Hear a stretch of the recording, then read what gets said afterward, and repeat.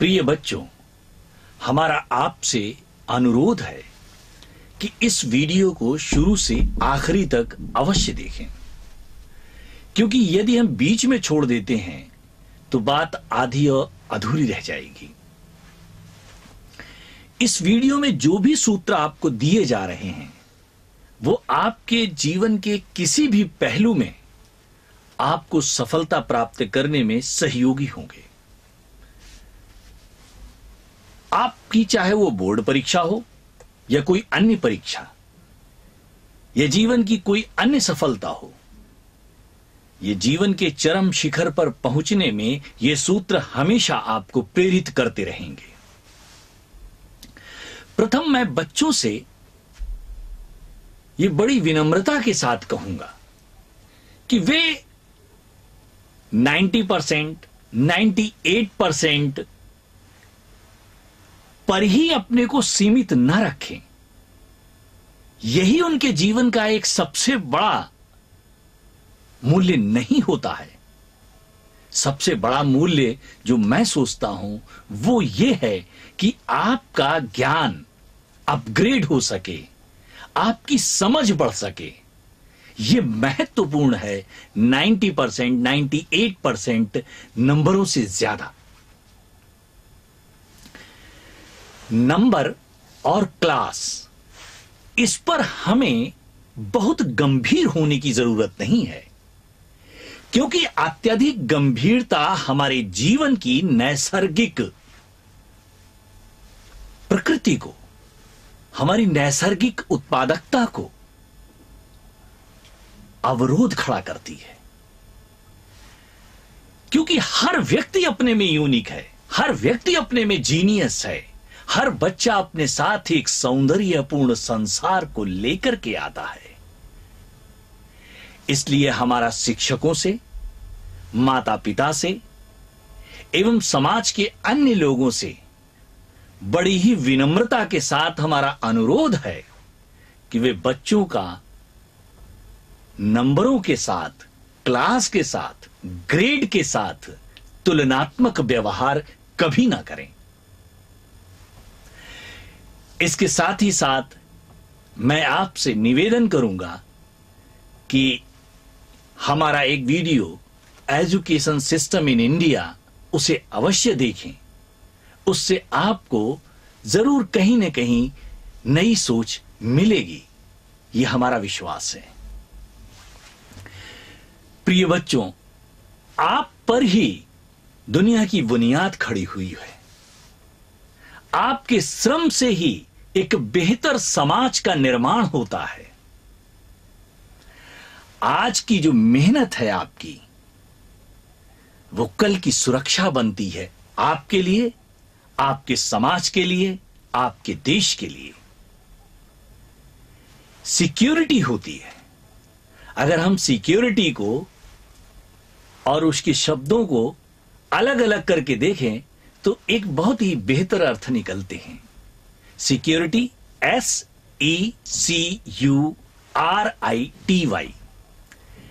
S security, E earned, C carefully, U usually, R results, I in, T treasures, filled, Y years। अगर हम इसका अर्थ निकालें हिंदी में तो मिलता है सावधानी पूर्वक कमाई गई सुरक्षा हमारे आने वाले वर्षों को खजानों से भर देती है।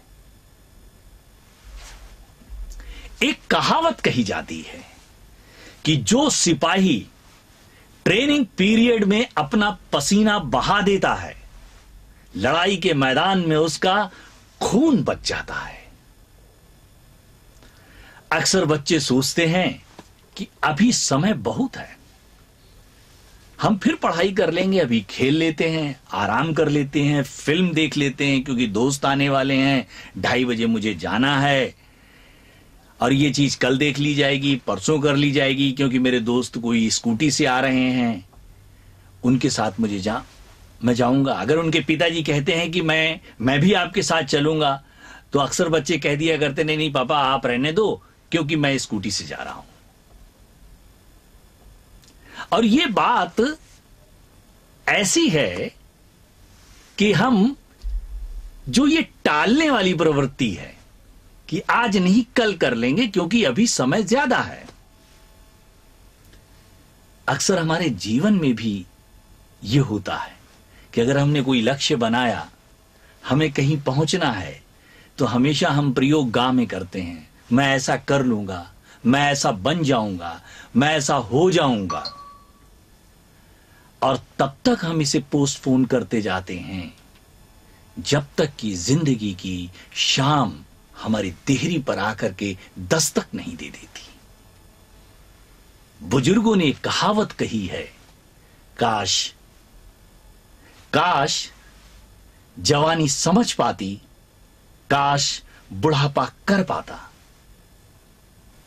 मैं फिर से इस बात को दोहराऊंगा, काश जवानी समझ पाती और काश बुढ़ापा कर पाता। इसलिए हमारे बच्चों, हमें हमेशा सोचना चाहिए, किसान समय पर बीज बोता है, समय पर निराई गुड़ाई करता है, समय पर वो पानी देता है, और तब जाकर के उसकी फसल जब लहलहाती है तो उसके अंदर से गीत फूट पड़ते हैं, वो झूम उठता है। आप जो भी करें, चाहे वो आपकी परीक्षा हो, चाहे वो अन्य कोई लक्ष्य की प्राप्ति करनी हो,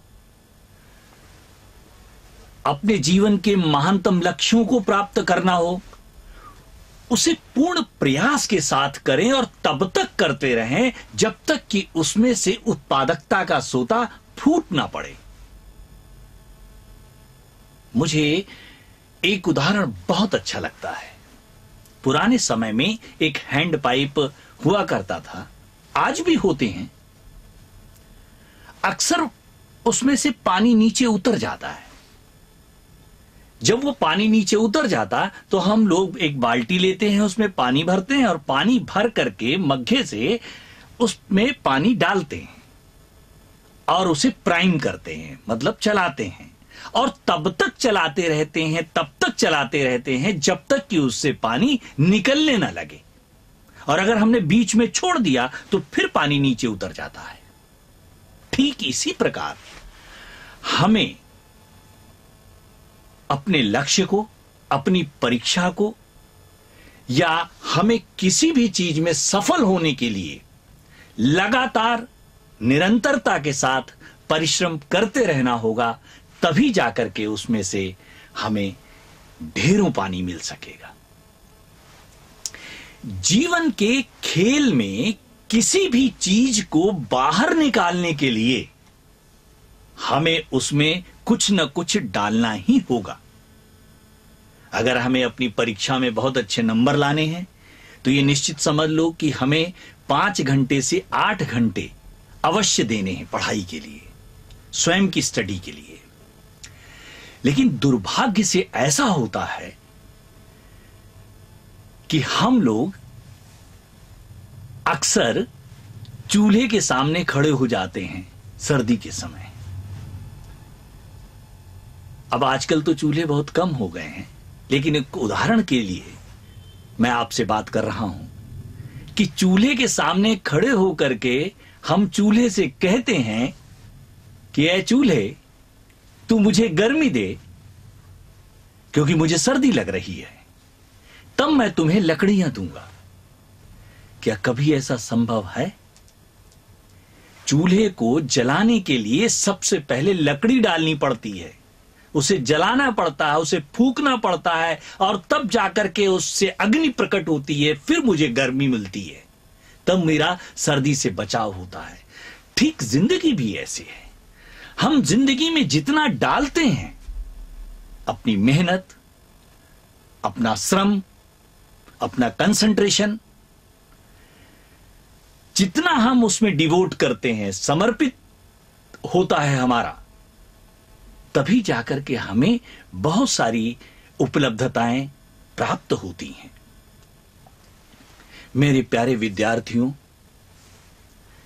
लगे रहना, संकल्प और कठिन परिश्रम, इसी से हमारी जिंदगी में फर्क आता है।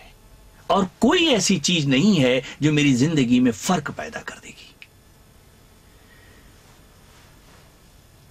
कोई भी बड़ा निशाना हो और कोई छोटा निशाना,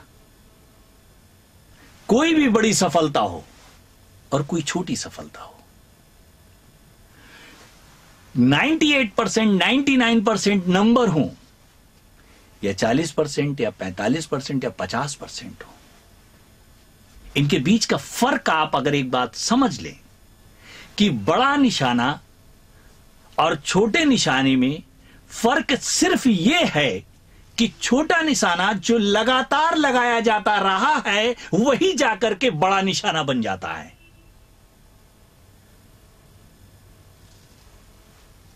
अगर कोई विषय या कोई भी काम आपको मुश्किल लगे तो उसे तुरंत करने की कोशिश करें। आप को जो काम कठिन लग रहा है, जिस काम में आपकी रुचि नहीं हो रही है, जिस विषय को पढ़ने का मन नहीं कर रहा है, अगर उसमें और विलंब करते जाएंगे कि आज नहीं, कल कल नहीं, परसों परसों नहीं, आगे, तो वो और कठिन होता चला जाएगा। ये वैसे ही है कि आप स्विमिंग पूल पे जाते हैं और स्विमिंग पूल पे जो जंपिंग बोर्ड बना होता है, आप जंपिंग बोर्ड पे खड़े हो जाइए और खड़े होकर के जब आप नीचे देखते हैं तो आपके मन में आता है कि कूदें कि ना कूदें, कूदें कि ना कूदें। जब ये कई बार मन में आ जाता है कि कूदें कि ना कूदें, तो होता क्या है, ना कूदने की संभावनाएं ज्यादा बन जाती हैं।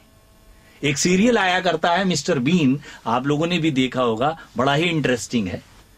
मिस्टर बीन जंपिंग बोर्ड पर ऊपर जाते हैं, नीचे झांकते हैं, जैसे ही झांकते हैं वैसे ही वो घबरा उठते हैं, फिर सोचते हैं कि अब कूदें कि ना कूदें, कूदें कि ना कूदें, और आखिरी में वो वापस लौट आते हैं।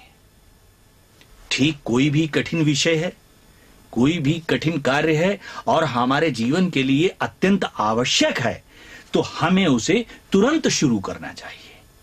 और जैसे ही हम उसको शुरू कर देते हैं वैसे ही उसकी कठिनता धीरे धीरे कम होने लगती है। मेरे प्रिय विद्यार्थियों, अध्ययन करने के लिए और अपनी बोर्ड की परीक्षाओं की तैयारी के लिए कुछ बुनियादी बातें मैं आपसे बताना चाहता हूं। जब हम पढ़ाई के लिए बैठें तो सबसे पहले इसे आप प्रयोग करें। 10 सेट 15 सेकेंड के डीप ब्रीदिंग, श्वास के अंदर जाना और श्वास का बाहर आना, इसका कर लें। जैसे मैं आपको करके बताता हूं। आप बैठ गए पढ़ाई करने के लिए और आपने अपनी ये उंगलियों को इस तरीके से आपने टच किया और अब आप डीप ब्रीदिंग लेंगे। कैसे लेंगे? पूरी श्वास अंदर जाएगी,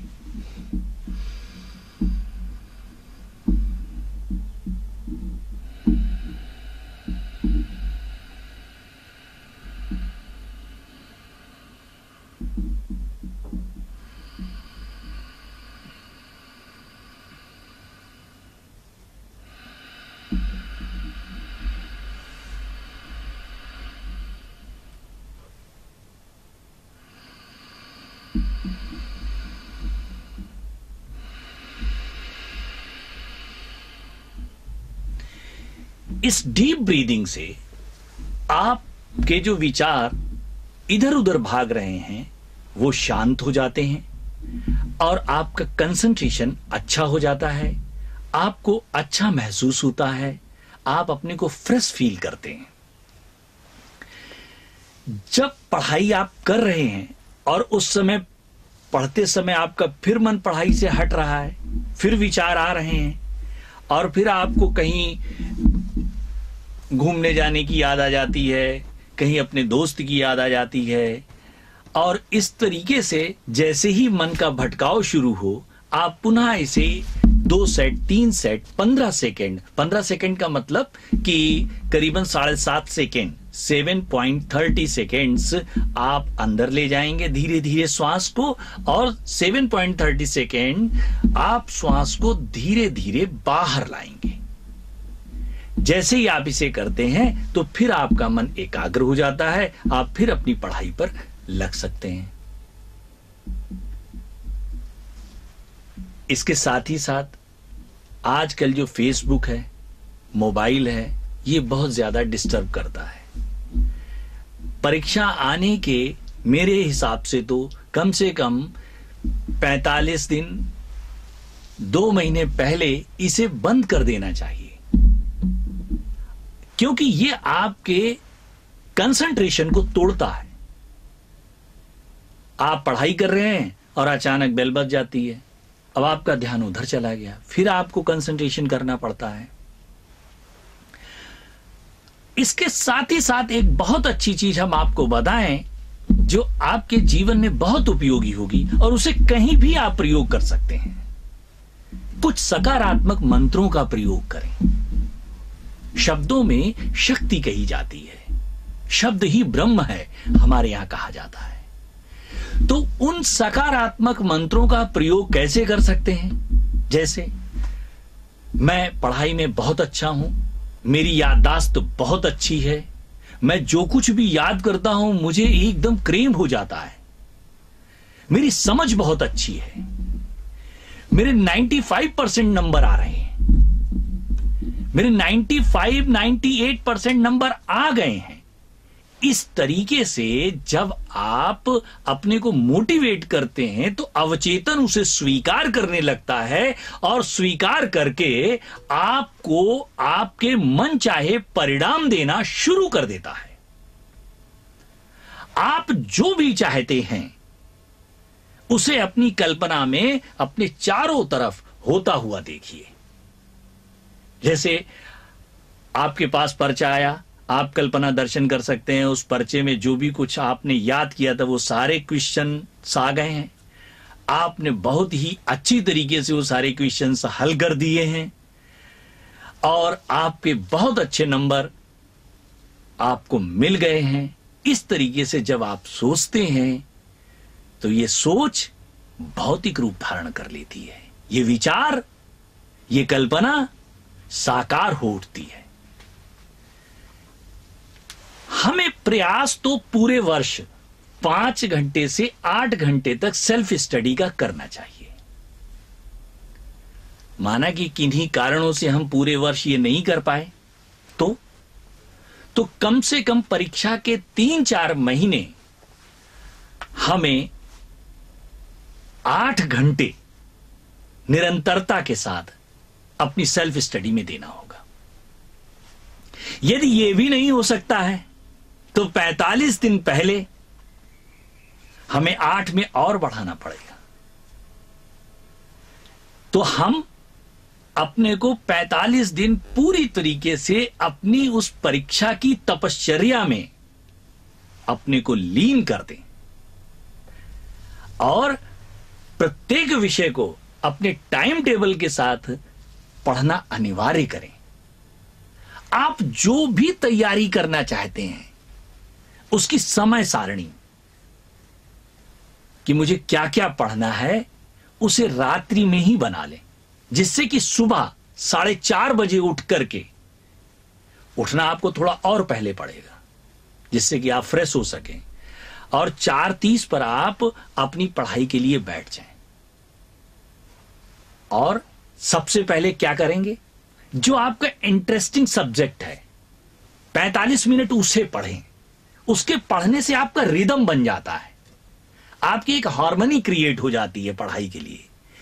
जब आप उस रिदम को क्रिएट कर लेते हैं तो जो विषय आपको सबसे ज्यादा कठिन लगता हो कि भाई ये मुझे सबसे ज्यादा कठिन लगता है, फिर उस विषय को उठा लें पढ़ने के लिए।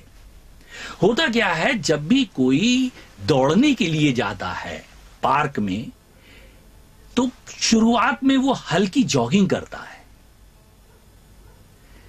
तो ये जो आपका इंटरेस्टिंग सब्जेक्ट है ना, वो एक जॉगिंग है आपकी, और जो कठिन विषय है वो आपका दौड़ना है। इसलिए मैं कह रहा हूं कि 45 मिनट उस विषय को पढ़ें जिसमें आपका इंटरेस्ट है, वो आपके रिदम को बना देगा, वो आपकी हार्मनी क्रिएट करेगा, और इसके बाद आप उस कठिन विषय को उठाएं जिसे आप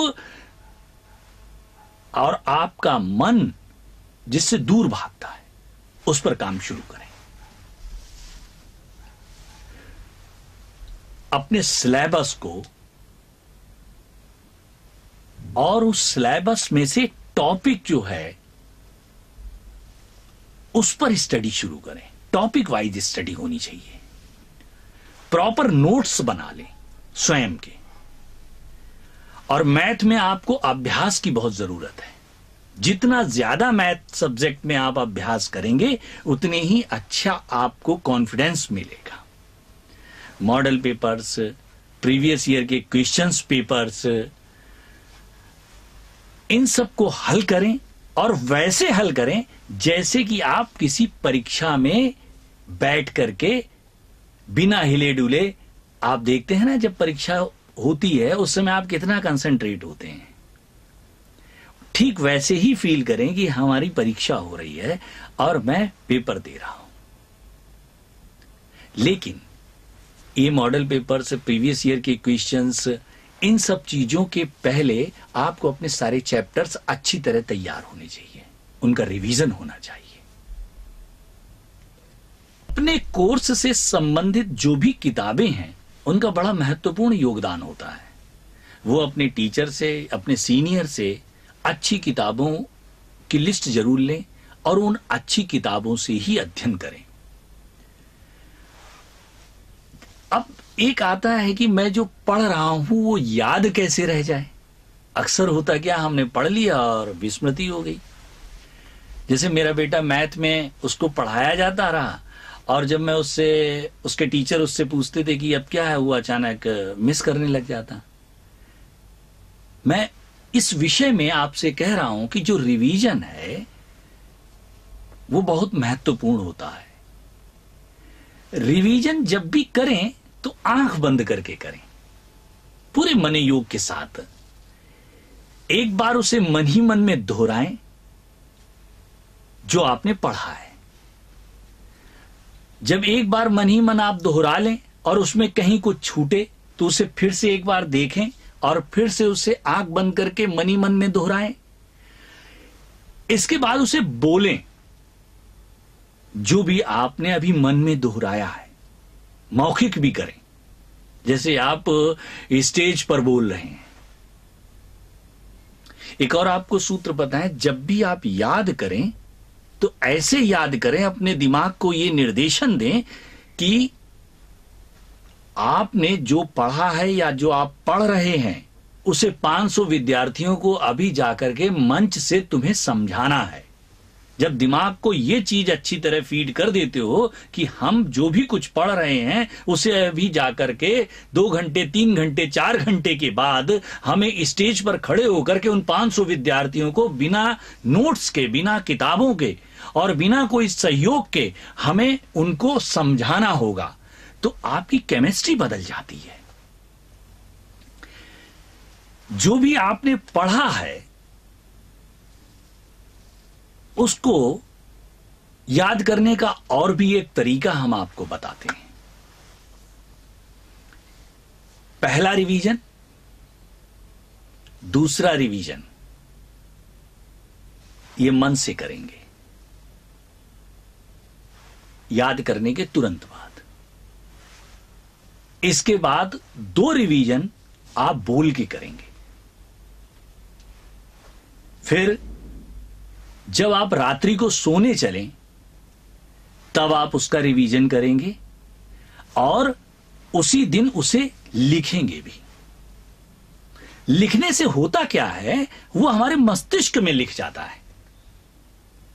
जब हम लिखते हैं कोई चीज तो धीरे धीरे हमारे मस्तिष्क पर उस लेखन का प्रभाव पड़ जाता है। अब जब हमने सुबह याद कर लिया वो विषय, रिवीजन कर लिया, 2 बार मन से कर लिया, 2 बार मैंने बोल के कर लिया, और फिर रात्रि को सोने के समय हमने उसे रिवीजन कर लिया और उसे लिख भी लिया। तो अब रिवीजन कब करेंगे? अब रिवीजन इसका 3 दिन के बाद करेंगे, इस प्रक्रिया के साथ। और 3 दिन के बाद फिर कब करेंगे? 7वें दिन करेंगे।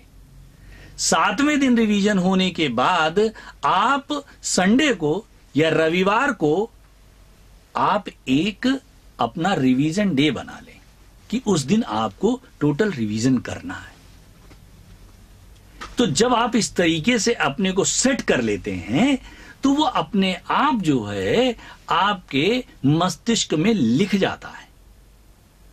और अगर कहीं आप चित्रों की भाषा में उसे याद करने का तरीका सीख लें तो हमारा मस्तिष्क चित्रों की भाषा को बहुत अच्छी तरीके से याद कर लेता है, उसकी सीक्वेंस बन जाती है। और जब सीक्वेंस बन जाती है तो हमें हर बात खट खट खट खट करके याद आती चली जाती है, टक टक टक टक टक टक। अब और भी कुछ जरूरी और बुनियादी चीजें हैं जो बच्चों से हम कहना चाहेंगे। एक तो पूरी नींद लें जिससे आप अपने को फ्रेश फील करें। हेल्थ पर ध्यान देना बहुत जरूरी है। हेल्दी फूड की एक लिस्ट बनाएं कि हमें सुबह ब्रेकफास्ट में क्या लेना है, लंच में हमें क्या लेना है, डिनर में हमें क्या लेना है। उसकी एक प्रॉपर एक बेहतर लिस्ट बनाएं और उस लिस्ट बनाने में अपने पेरेंट्स का या हमारे डॉक्टर्स जो होते हैं उनसे पूछ लें कि इस विषय में हमारी हेल्थ के लिए क्या क्या चीजें बेहतर हो सकती हैं। उस हिसाब से अपनी प्रॉपर डाइट लें। परीक्षाओं के पहले एवं परीक्षाओं के समय आपको ये बात बहुत अच्छी तरह ध्यान में रख लेनी है कि व्यायाम या स्विमिंग या बैडमिंटन या जो भी गेम आपको पसंद है वो जरूर खेलें। 10 से 20 मिनट, आधा घंटा इसमें जरूर दें अपना समय, क्योंकि उस समय एग्जाम का एक फोबिया होता है, उस समय एक तनाव की स्थिति होती है। और जब हम व्यायाम करते हैं, जब हम बैडमिंटन खेलते हैं, जब हम स्विमिंग कर लेते हैं तो हम फ्रेश फील करते हैं, अपने को तनाव रहित महसूस करते हैं। और तनाव रहित मस्तिष्क में ग्राहकता बहुत ज्यादा बढ़ जाती है।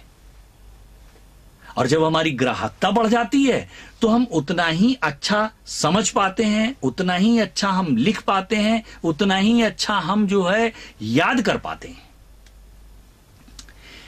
और एक बात अच्छी तरह ध्यान रखें कि परीक्षा का जो फोबिया है उसे अपनी संकल्प शक्ति के द्वारा कभी भी एंट्री मत करने दें।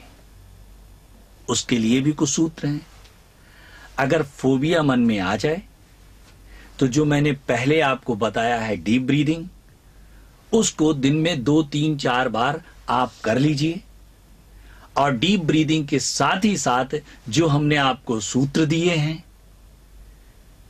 कि मेरी याददाश्त बहुत अच्छी है, मैं पढ़ाई में बहुत अच्छा हूं, मैं जो भी कुछ याद करता हूं वो मुझे याद हो जाता है, मैं सफल हो गया हूं, मैं सफल हो गया हूं, I am the winner, I am the champion, I am the winner, I am the champion. इस तरीके के शब्दों से अपने को मोटिवेट करिए। हमारी आप सभी बच्चों को बहुत बहुत शुभकामनाएं। आप में अजेय शक्ति है। परमात्मा का आशीष आपके साथ है। आप खिलखिला करके हंसिए, मुस्कराइए और प्रतिदिन मुस्कुराहट और हंसी के साथ अपने अध्ययन और अपने दिन की शुरुआत कीजिए। परमात्मा आपके साथ है। इन्हीं शब्दों के साथ हम पुनः आपको बहुत बहुत शुभकामनाएं देते हैं। धन्यवाद।